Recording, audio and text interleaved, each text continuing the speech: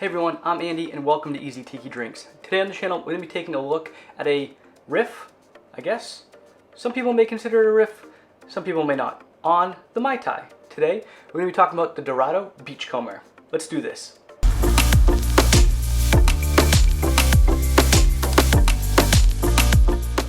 The Dorado Beachcomber is a cocktail that we find through Jeff the Beachbum Berry in his Potions of the Caribbean book, which I will link in the comments below with an affiliate link if you choose to pick it up. So what happened was the Dorado Beach Hotel in Puerto Rico came up with this cocktail, and then basically it just disappeared. And then somewhere down the line we find an kind of unofficial photo of a menu from the Dorado Beach Hotel, and from there Beachbum Berry kind of puts it together and creates the Dorado Beachcomber. So it's a kind of a play on the Mai Tai, kind of not. Actually, speaking of which, let's take a look at what we're going to use to build this. First, we're going to need some 151 Puerto Rican rum. Then we're going to need a moderately aged Puerto Rican rum. Next up, we're going to need some dry Curacao. We're going to need Orgeat, a simple syrup, and lemon juice. For my 151 Puerto Rican rum, I'm using Don Q. For my moderately aged Puerto Rican rum, I'm using Bacardi 8.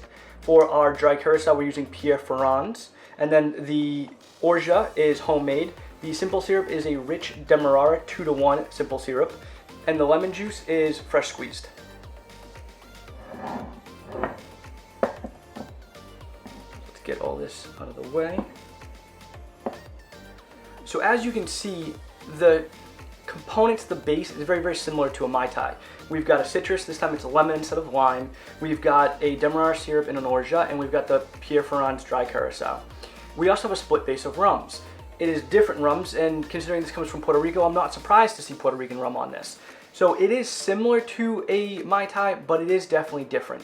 So let's build this. First, we're going to need 1.25 ounces of lemon juice.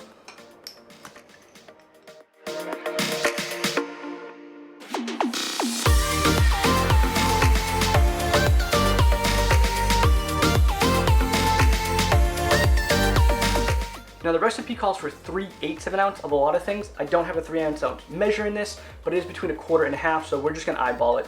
Call it a scant half. We're gonna need 3/8 of an ounce of our simple syrup.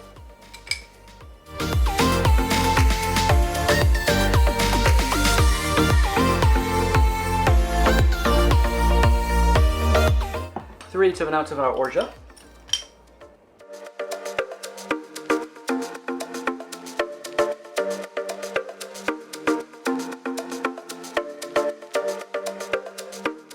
3/8 of an ounce of our dry Curacao.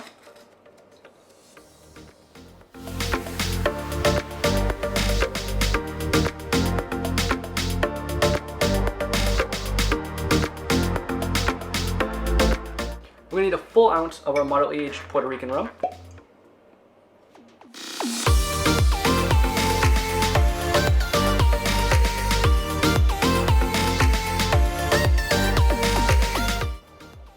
And a full ounce of our 151 Puerto Rican rum.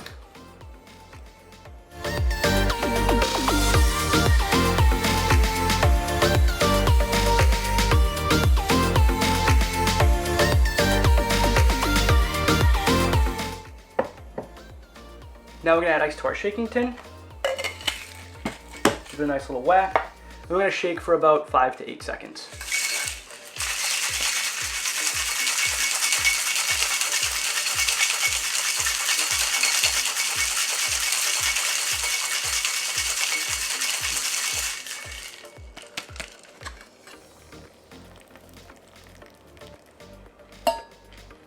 Then we're just going to open pour into our double rocks glass.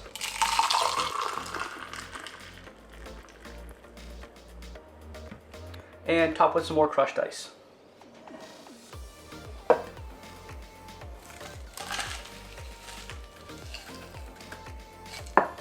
Now the original garnish does call for, I believe it's a pineapple wedge, a lemon wheel, and a cocktail cherry. I don't have any of that. Not only that, but other than looks, and honestly I'm just drinking this for myself, so I don't care how it looks, it does nothing to enhance the flavor profile, so I'm actually going to use some mint. So we're just going to grab a couple, no one's in there, good. Grab a couple sprigs of mint here. Leaf falling off. Should be good. Give it a nice little whack to wake it up.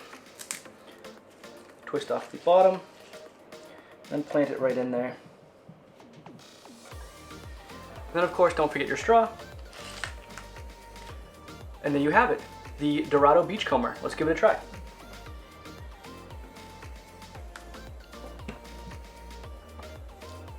Alright, so the flavor profile is reminiscent of a Mai Tai.